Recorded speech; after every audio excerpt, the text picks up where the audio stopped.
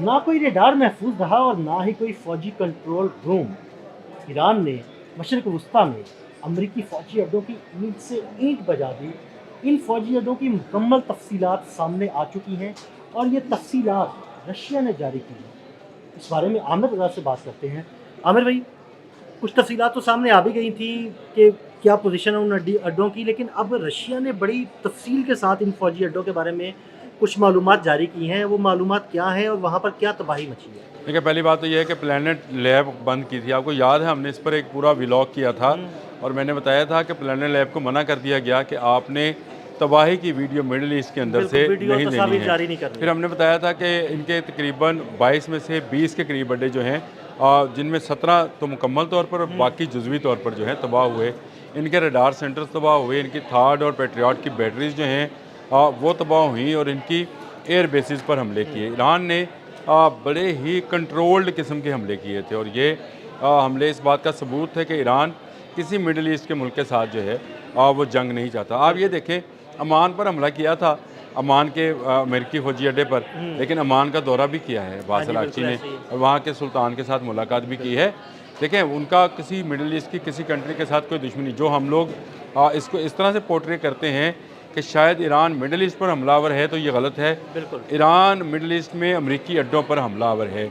RT की report है, Russian TV की, और उन्होंने सैटेलाइट इमेजेस के साथ चीज़ों को साबित किया है कि किस तरह से वहाँ पर तबाही की एक लंबी दास्तान जो है वो लिखी गई है। वो लिंक आपके पास है, हाँ जी। चीज़ें आपके पास है, ख़बरें, तस्वीर सब उसमें मौजूद है। उन्होंने पूरी तफसील के साथ जो है बताया है कि अमेरिकन पेंटागन जितना इसको छुपाना चाहता था उतना नहीं छुपा पाया है। देखें, सिर्फ प्लैनेट लैब एक ऐसी जगह थी जहाँ से सैटेलाइट इमेजेस आ रहे थे, लेकिन क्या हला में सिर्फ अमेरिकन ही सैटेलाइट्स मौजूद हैं? बिल्कुल भी नहीं।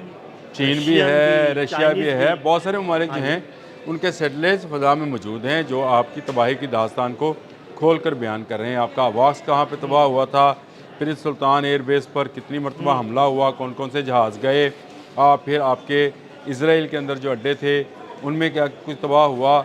ये जो ममालिक मिडल ईस्ट कहलाते हैं वो इराक़ से शुरू हो जाएँ, इराक़, कुवैत, बहरीन, कतर और सऊदी अरब और यूएई, इन तमाम ममालिक में जो आपके फ़ौजी अड्डे थे उनको किस तरह से तबाह किया गया, ये कोई ढकी छुपी बात नहीं है। लेकिन ये जो अभी 12-13 एयर बेसिस के हवाले से जो उन्होंने तफसीलात जारी की हैं आरटीटीवी ने, मैं ये समझता हूँ ये दुनिया की आंखें खोलने के लिए काफ़ी है।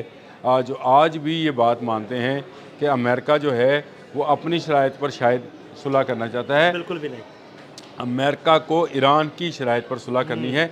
रशियन टीवी ने भी यही साबित किया है और उसने नाम के साथ उस सबूतों के साथ जो है एक पूरी स्टोरी इस पर छाप कर दी है, जो हम आपके लिए पेश कर रहे हैं। देखें, ये बहुत सारी चीज़ों को हम भी इंटरनेशनल मीडिया से ले रहे होते हैं और इंटरनेशनल ऑथेंटिक मीडिया से लेते हैं। मैं ऐसे ही कभी आमिर कोशिश भाई। करता हूँ कि कभी आप पर सोशल मीडिया की चीज़ जो है वो और सामने बल्कि ना एक आए। बात मैं और भी बताना चाहूँगा अपने नाज़रीन को, आप अक्सर हमारे वीलॉग से नीचे कमेंट्स करते हैं कि जी ये खबर तो हमारी नज़र से नहीं गुजरी, लेकिन हम अपनी खबरों में जो खबर हम देते हैं या जो वीलॉग करते हैं जिस खबर के बारे में, उसमें इंटरनेशनल मीडिया के हम लिंक्स भी यूज़ करते हैं, स्क्रीनशॉट्स यूज़ करते हैं, उस वेबसाइट का स्क्रीनशॉट यूज़ करते हैं ताकि आपको पता लग सके कि ये खबर हम तक कहाँ से पहुँची।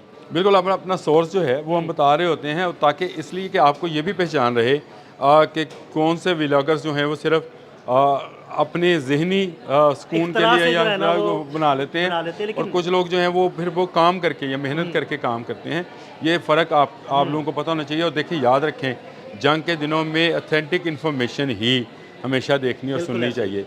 अगर आप नहीं देखें और सुनेंगे तो फिर आप एक ख्वाब ख्याल की दुनिया में रहते हैं और वो ख्वाब ख्याल की दुनिया आपको तबाही की तरफ ले जाती ऐसे है और फिर आप डिप्रेशन में चले जाते हैं। जो लोग जंग के दिनों में डिप्रेशन में जाते हैं वो शायद पहले अपने आप को बहुत ताकतवर समझ रहे होते हैं और अचानक जब उन्हें पता चलता है कि किसी और चीज़ पर हमला हो गया है तो वो डिप्रेशन में चले जाते बिल्कुल हैं। ऐसे ही है। इससे बचना चाहिए और बिल्कुल ऑथेंटिक चीज़ों को जो है बिल्कुल। वो भी करना चाहिए। अच्छा कि आपने ये मौजू भी छेड़ दिया। बिल्कुल। चलें, अब आरटी की तरफ वापस आते हैं। आरटी ने जो तफसीलात जारी की हैं, जो तबाही की तस्वीर और बाकी डाटा फराहम किया है, उसके मुताबिक मैंने लिख लिया था, मैं बोल देता हूँ जी, जी। बिल्कुल ये ये ज़रूर नेवल बताइए। स्पोर्ट अड्डा था जी बहरीन के अंदर, जो उन्होंने तबाह किया। ये 5th फ्लीट का नेवल कमांड एंड कंट्रोल अच्छा। सेंटर था, इसको तबाह किया गया था। फिर उसके बाद उन्होंने कहा एजाबिल एयरपोर्ट है इराक़ के अंदर, इसको तबाह किया गया। अल असद एयर बेस इराक़, इसको तबाह किया गया। विक्टोरिया एयरबेस इराक, यहाँ कुछ नहीं बचा। विक्टोरिया एयरबेस पर हमले की फुटेजेस बकायदा ड्रोन्स के साथ जारी की विक्टोरिया गई के थी। बारे में तो मैंने सुना है कि बिल्कुल नेस्तो नाबूद हो नेस्तो चुका नबूद है। कर दिया इसको। इसमें ड्रोन्स के हमले हुए थे और इसमें इनके बहुत सारे हेलीकॉप्टर और जहाज़ जो थे वो तबाह हुए थे। फिर मुआफ़क़त सालसी जॉर्डन के अंदर इनकी एयरबेस थी, वो तबाह हुई। फिर अल-इस्लाम कुवैत के अंदर इनकी एक अल-इस्लाम एयरबेस है, वो तबाह हुई। फिर कैंप एक इनका था इसके अंदर ही कुवैत के अंदर, ये भी तबाह हुआ। फिर इसके अंदर नेवल बेस इनकी थी, ये भी कुवैत के अंदर इन्होंने बनाई थी। ये भी असल में कमांड एंड कंट्रोल सेंटर था, इसको भी तबाह किया गया। फिर अल-अदीद अल-मशहूर, अल-अदीद सबसे मशहूर है और मैंने भी उसका दरवाज़ा देखा हुआ है, तो मुझे इसलिए ज़रा ज़्यादा अच्छी लगती है। कतर के अंदर है, मशरिक़ वस्ता की सबसे बड़ी बेस। सबसे बड़ी बेस। ये तबाह हुई है, इसके मुतालिक भी उन्होंने इसकी तस्वीर भी मौजूद हैं। फिर इसमें उन्होंने कहा कि एयर बेस यूएई के अंदर दारुल फला एयर बेस जो है इसको ख़त्म किया। जबल अली पोर्ट, जहाँ से रसद पहुँचाई जाती थी अमेरिकी बैरी बेरों को, इसको तबाह किया गया। और फिर प्रिंस सुल्तान एयर बेस, जिसका मैं जिक्र पहले कर चुका हूँ कि वहाँ पर एवाक्स जो है वो तबाह किए गए। तो ये वो एयर बेसिस है। अभी ये जो ज़मीनी अड्डे हैं उनकी तफसीलात सामने आना है। देखें, और रशियन टीवी भी अच्छा कर रहा है कि उसने पहले एयर बेसिस के ही निशाना बनाया है, एयर बेसिस और नेवल बेसिस को। लेकिन जो इनके बड़ी फ़ौज के अड्डे हैं उनकी तफसीलात भी जल्द सामने आएंगी। जब सामने आएंगी तो आपको वो भी बताया जाएगा कि वहाँ कितने कितने फ़ौजी जो हैं या तो उनको नकल मकानी पर मजबूर होना पड़ा, ज़ख्मी हुए या जहन्नम वासल हुए। ये सारी तफसीलात आहिस्ता आहिस्ता सामने आती चली जाएंगी। लेकिन एक बात तय है कि ईरान ने अमेरिका को इतना मारा है जिसकी तफसील आपको बहुत कम इंटरनेशनल मीडिया के ऊपर नज़र आती है। कंट्रोल्ड इंटरनेशनल मीडिया है, अमेरिकन स्पॉन्सर्ड है। फिर जो हमारी ये सेहूनी हैं, ये भी इनका स्पॉन्सर्ड मीडिया है।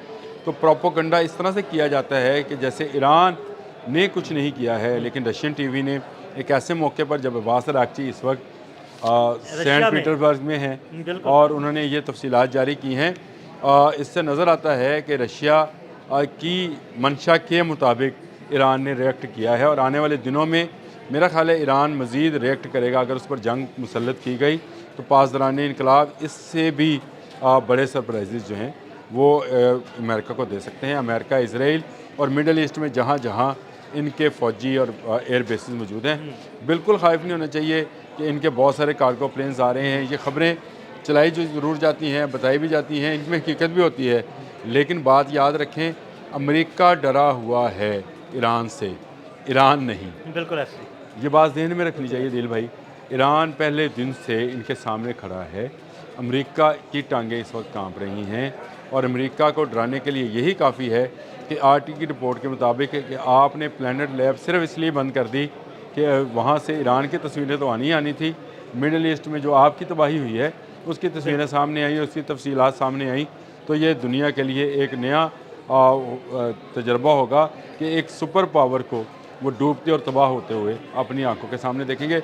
और इंशाल्लाह ताला ये सुपर पावर अब सुपर पावर तो रही नहीं है, बिल्कुल ऐसे ही है। क्योंकि अब सुपर पावर चीन बन गया है नंबर 1, नंबर 2 पे रशिया आ गया और नंबर 3 पर ये आए हैं अमेरिकन।